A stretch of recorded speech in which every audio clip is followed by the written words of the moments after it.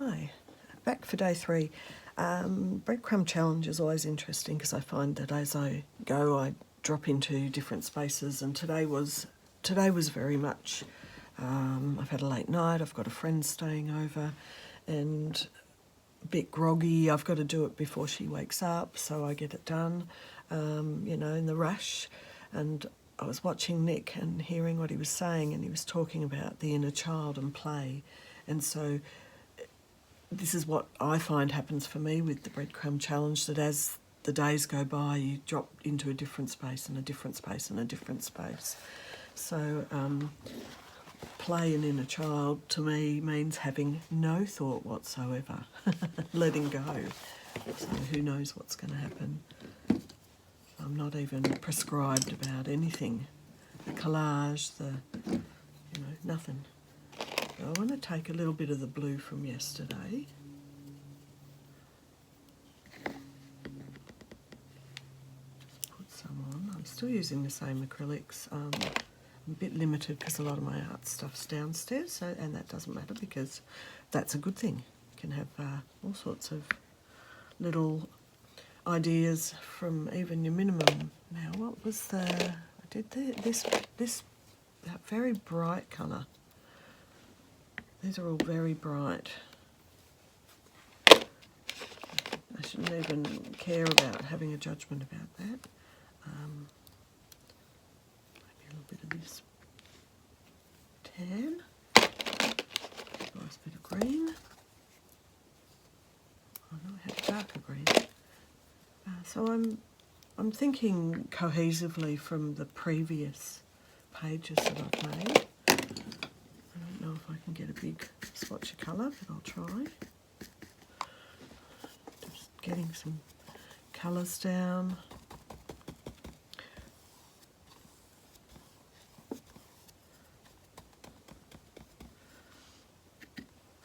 Maybe some shapes.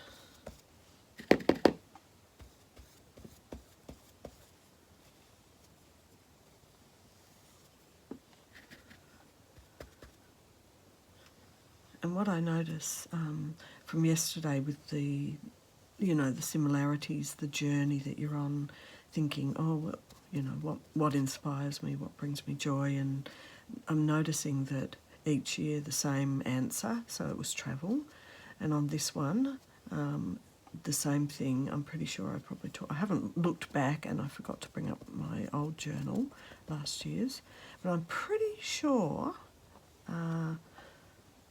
the inner child, that stuff that comes out, is to do with when I was in kindergarten and I was having a particularly blocked day and I had a particularly grumpy... My impression was that she just didn't like me, this art teacher. So it was like having a very grumpy day, that as a 4-year-old, I just assumed this teacher didn't like me, and I looked at my painting and she basically nearly yelled at me saying, "Paint." And I looked at that no, it wasn't a painting, it was just that blank bit of paper up on the easel, and she was basically almost, it felt like, yelling at me, "Paint." And I said I didn't know what to do, and she was telling me, do a train or a car or something like that. And as a 4-year-old, I had absolutely no idea what that meant. Because, you're a 4-year-old, you don't have any idea what that means.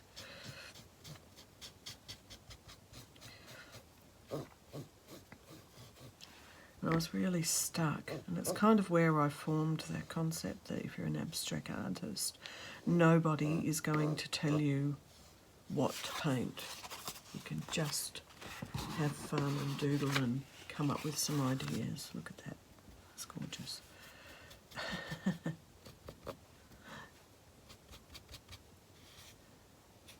And that's what the inner child's all about, really, isn't it? Playing, having fun, just seeing what happens, what comes out, not having a goal.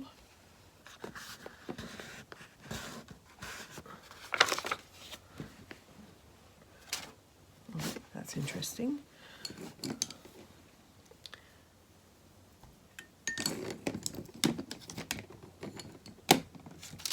Looking around what else I've got here. Oh.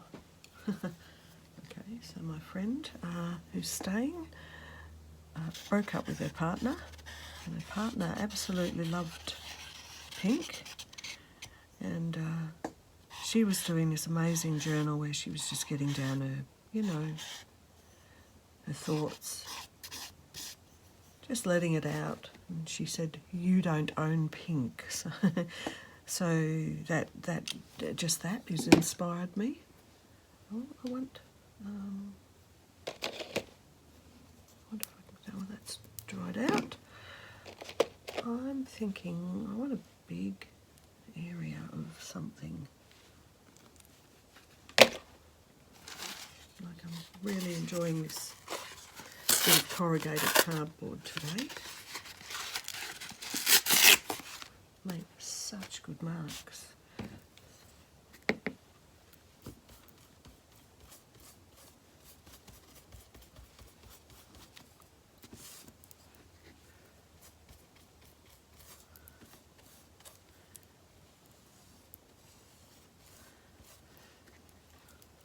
So interestingly enough, I think that it would have been quite interesting to have kept that bit of paper as that 4-year-old of what I actually did do on the day when the teacher was being like that.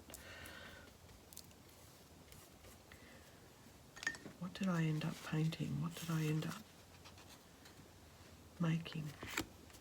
You know, thinking about how that teacher was behaving, I probably would have made just a big mess and not had any coherence, because I would have been jammed up with her judgment and her ideas of whatever the hell I was meant to be doing.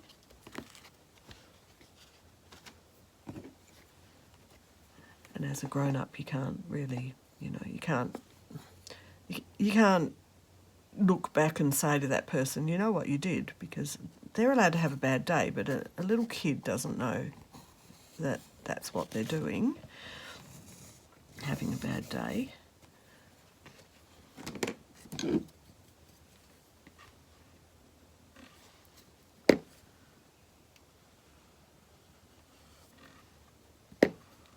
It's amazing the information we get, isn't it? When we're younger, vulnerable, open.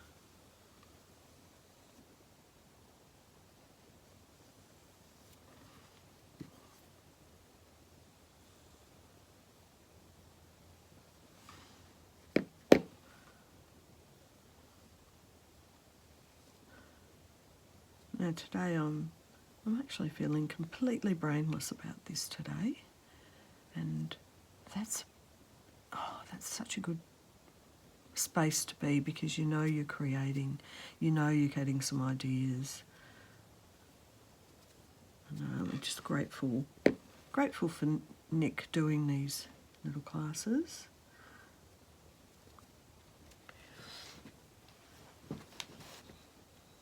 I don't know what's going to come out. What else have I got here? What's this pen? Calligraphy pen. Don't know what's going to happen with that.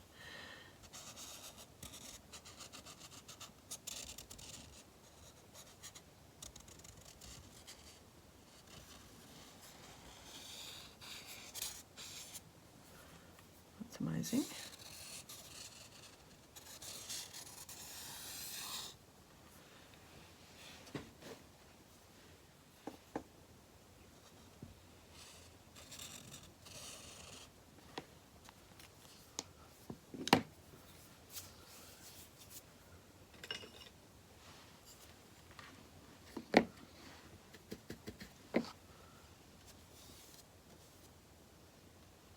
Some of these fun rounded shapes.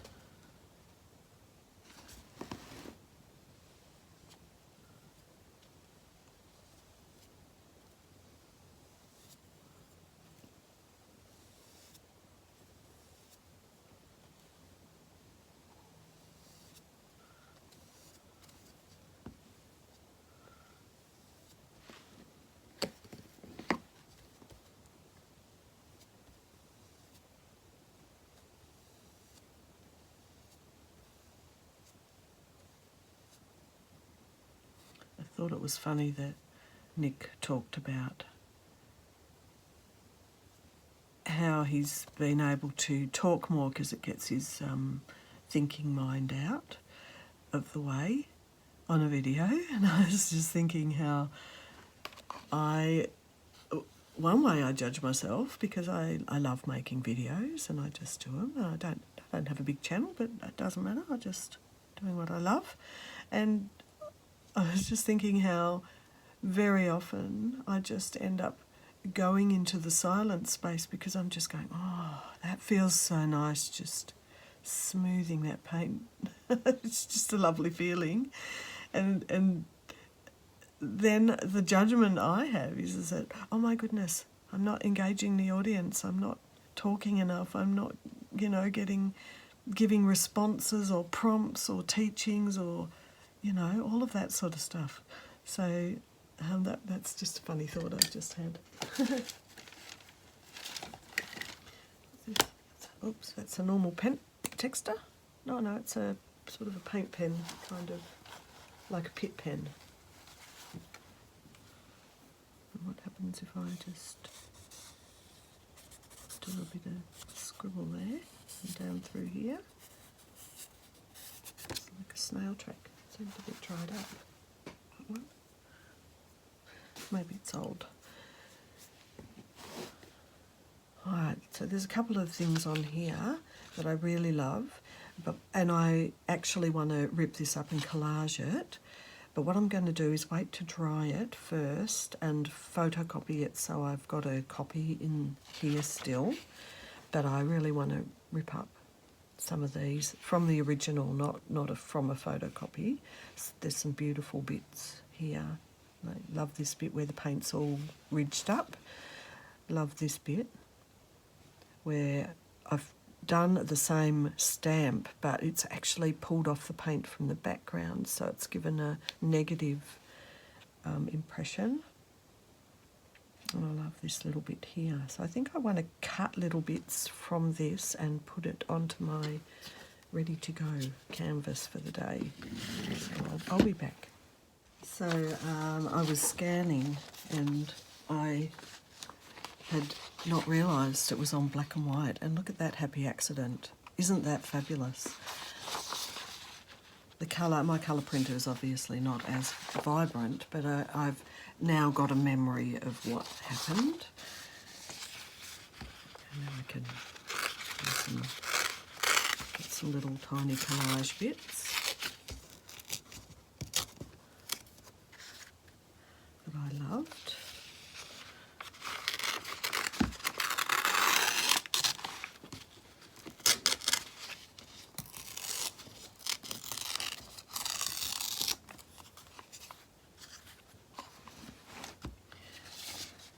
And I decided to use a bit of this.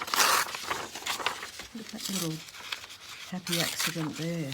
How good is that? And this great big one.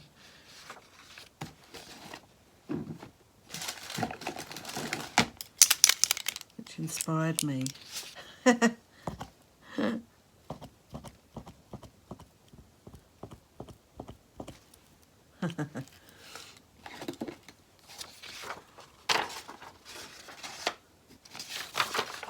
So I can, I don't have any scissors here, I can glue this afterwards. I'll glue this behind here, so I've sort of got a record of what I've taken out. And even that, oh, look at that, isn't that, I love that.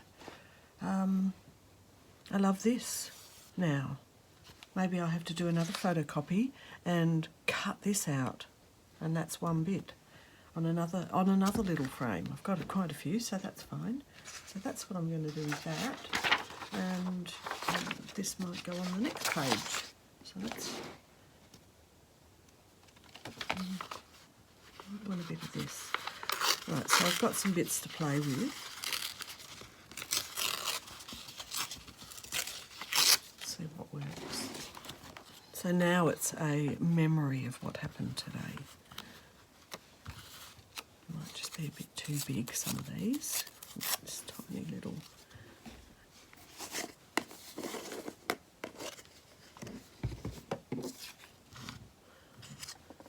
just need an idea. You don't need a lot. The brain has this amazing capacity to remember things, and remember. I think when I was doing, what was I doing?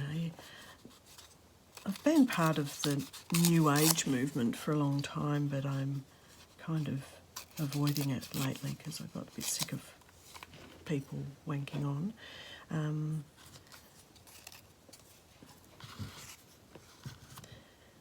I remember a class where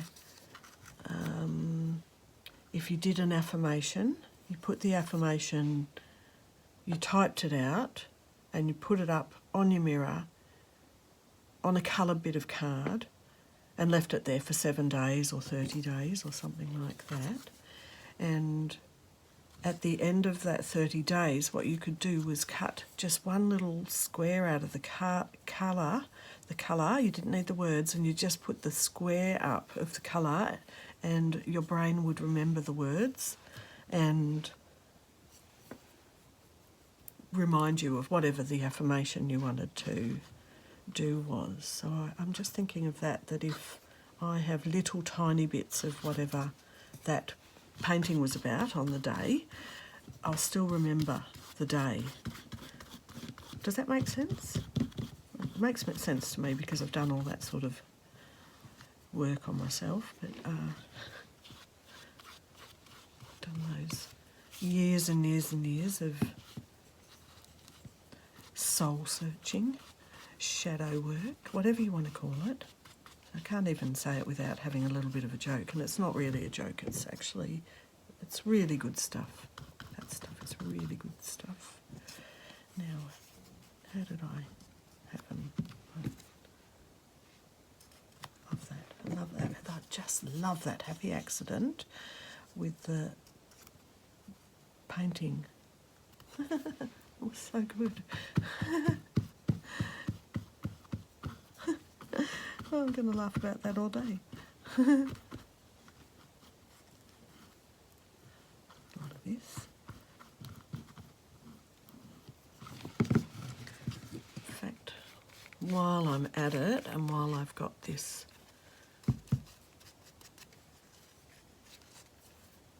paste out, I'm going to cover them all so that they've all sealed with the same, so it'll have the same glossiness.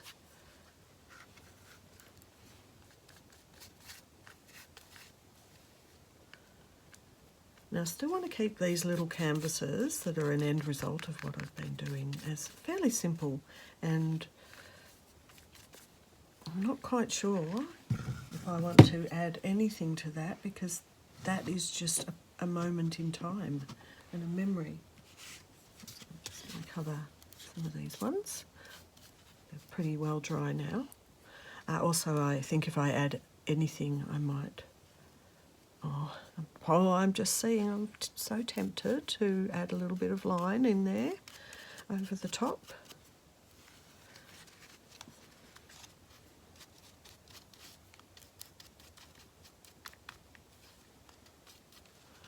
Okay.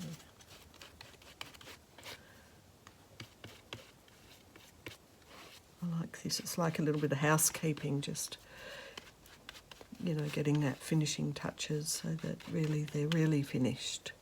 And that's all that's happening with it.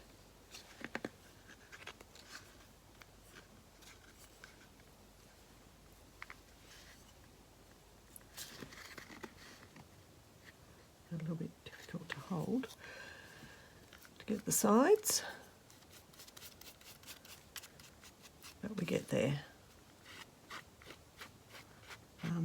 One thing with the painting of this, finishing off, just to do a light sweep to get the brush strokes all in one direction, smooth them down as much as possible.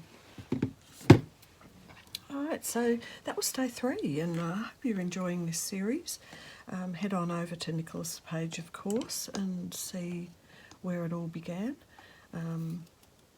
I'm just doing a class with him, so I'm just showing what I'm coming up with on the day, and I hope that is also helpful. Okay, bye for now.